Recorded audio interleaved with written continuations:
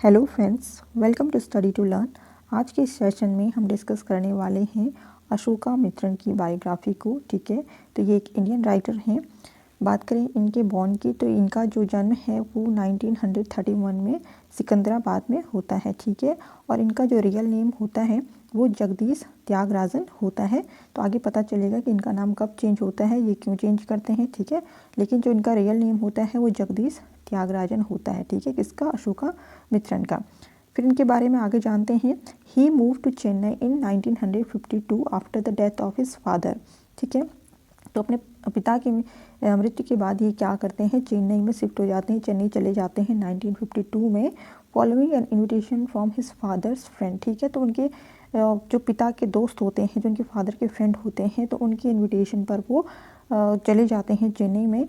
जो उनके फादर के फ्रेंड होते हैं वो डायरेक्टर होते हैं, जिनका नाम होता है एस वसन। ठीक है, जो कि वसन जेमिनी स्टूडियो के क्या होते हैं, ओनर होते हैं। ठीक है, तो उनके साथ काम करने के लिए जगदीश त्यागराजन चेन्नई चले जाते हैं। आगे बढ़ेंगे इसमें। While working there he often acted as an unofficial scribe in his own words. ठीक है, तो यहाँ पर क्या होता है कि वह अपने शब्दों में उस जॉब को या उस काम को क्या कहते हैं, अनऑफिशियल स्क्राइब कहते हैं, for people working in film industry. ठीक है, तो इस काम को वह किसके लिए कर रहे होते हैं, जो फिल्म इंडस्ट्री में जो काम करने वाले जो लोग होते हैं। ठीक है, तो इसलिए उन्होंने खुद का अनऑफिशियल स्क्राइब कहा।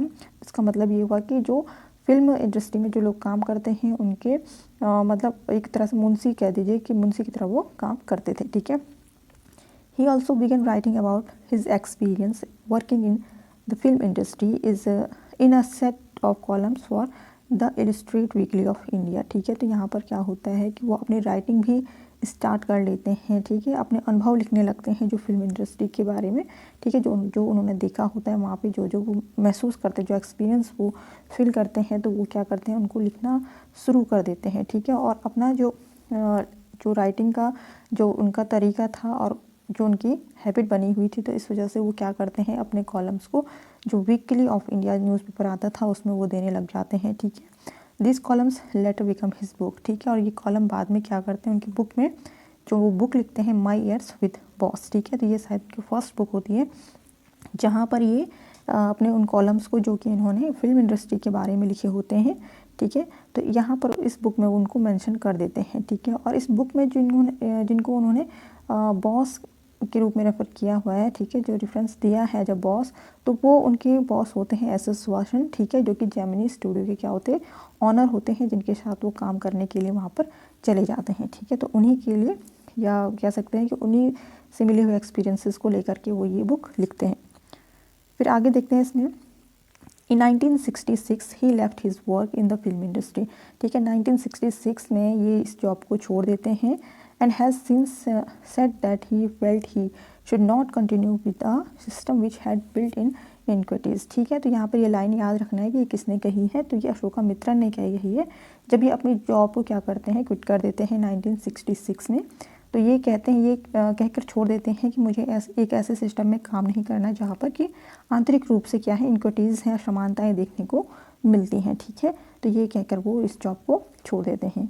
फिर आगे होता है इसमें कि it was from 1966 that he become a full time writer and he took up the president of Ashoka Mitram. ठीक है, तो यहाँ पर 1966 से क्या करते हैं, वो पूरी तरह से अपने जो लिखने का काम है वो स्टार्ट कर देते हैं और अपने आप को अशोका मित्रन कहने लगते हैं, यानी कि अपने आप को उन्होंने पेन नेम दे दिया होता है। ठीक है, तो इस तरीके से वो क्या करते हैं, यहाँ से अशोका मित्रन वो बन जाते हैं। ठीक है, तो इनका पहले रियल नेम क्या था, इसको आप कमेंट करके बताइएगा कि रियल नेम क्या बताया था। तो यहाँ पर से इनका नाम अशोका मित्रन जो है वो चेंज वो अपने आप ही कर लेते हैं। फिर है in 1973 he was invited and took part in the international writing program the university of Iowa United State. ठीक है, तो 1973 में उनको इनवाइट किया जाता है इंटरनेशनल राइटिंग प्रोग्राम में, जो कि कहाँ होता है, यूनिवर्सिटी ऑफ लावा में, जो कि यूनाइटेड स्टेट में जो यूनिवर्सिटी जो होती है वहाँ पर। ठीक है, in the 1980s most of his work were translated into English and he and his work become well known all over India। ठीक है, तो 1980s में क्या होता है, उनके वर्क को ट्रांसलेट किया जाता है इंग्लिश में, इवन जो इंडियन लैंग्वेज में, यूरोपियन लैंग्वेज में, ठीक है। तो काफ़ी सारे उनके जो वर्क हैं वो क्या किए जाते हैं, ट्रांसलेट किए जाते हैं, क्योंकि वो तमिलनाडु से बिलोंग करते हैं। तो इस वजह से उनकी जो ज़्यादातर वर्क थे वो किस में थे, तमिल लैंग्वेज में थे, और वो उनको यहाँ पर आकर के इस समय में क्या किया जाता है, ट्रांसलेट किया जाता है। अलग अलग ऑथर उनको अपने अपने तरीके से ट्रांसलेट करते हैं। अब बात करते हैं इनकी डेथ की। तो Ashokamitran died on 23 March 2017 at the age of 85, ठीक है।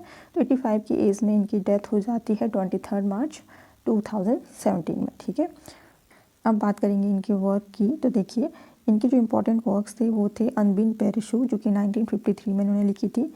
किसी किसी के इसमें ईयर दिए हैं, लेकिन किसी के इसमें कहीं ईयर नहीं मिल रहे हैं, तो ठीक है। तो शायद इनके ईयर भी पूछे नहीं जाएंगे, ठीक है। तो अनबिन पेरिशू का है 1953, फिर है थानीर, फिर नेक्स्ट है इनका मानसरोवर, फिर है 18 वधु अचकाड़ू 1977 में ये लिखी गई है, और इसको ट्रांसलेट किया गया है इंग्लिश लैंग्वेज में। और इंग्लिश लैंग्वेज में जब इसको ट्रांसलेट किया गया तो इसका नाम भी चेंज हुआ, द 18 पैरेलल कर दिया गया, ठीक है। फिर नेक्स्ट है इसमें माई ईयर्स विद बॉस, जिसको हमने पहले भी डिस्कस कर लिया है कि इसमें इन्होंने अपने फिल्म इंडस्ट्री से लेकर के जो इनके एक्सपीरियंसेस रहे हैं फिल्म इंडस्ट्री के लोगों के साथ में इन्होंने जो काम किया था उस सभी चीज़ों के बारे में इन्होंने इसमें लिखा है।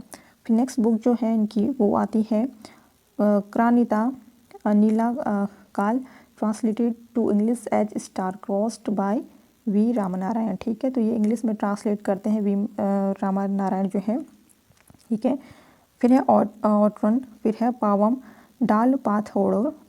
फिर नेक्स्ट इसमें ये भी ट्रांसलेट किया गया है, ये वाली जो बुक है पावन डाल पाटड़ो, ठीक है। तो ये इंग्लिश में ट्रांसलेट करके इसका नाम द घोस्ट ऑफ मीना बक्कन किया गया बाय एन कल्याण रामन के द्वारा, ठीक है।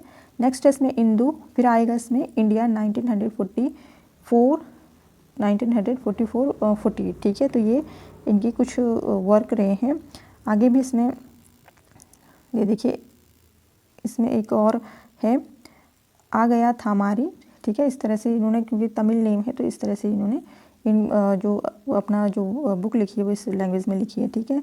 एक शॉर्ट स्टोरी है इनकी काफ़ी इंपॉर्टेंट जो है आप बिन सिंगधार, जो कि इन 1995 में इसके लिए इनको क्या मिलता है, साहित्य अकादमी अवार्ड मिलता है। जो ये शॉर्ट स्टोरी है, ठीक है। ये ध्यान रखना है कि ये क्या है, शॉर्ट स्टोरी है, जिसके लिए इन्हें 1995 में क्या मिलता है, साहित्य अकादमी अवार्ड मिलता है, ठीक है। तो फ्रेंड्स ये था अशोका मित्रन की बायोग्राफी। वीडियो की जानकारी पसंद आती हो तो प्लीज़ लाइक शेयर सब्सक्राइब जरूर कर दीजिएगा। चैनल को बेल आइकन प्रेस करके जरूर रखिएगा ताकि नई वीडियो की नोटिफिकेशन आप तक सबसे पहले पहुंच सके। मिलते हैं नेक्स्ट वीडियो में, तब तक के लिए धन्यवाद।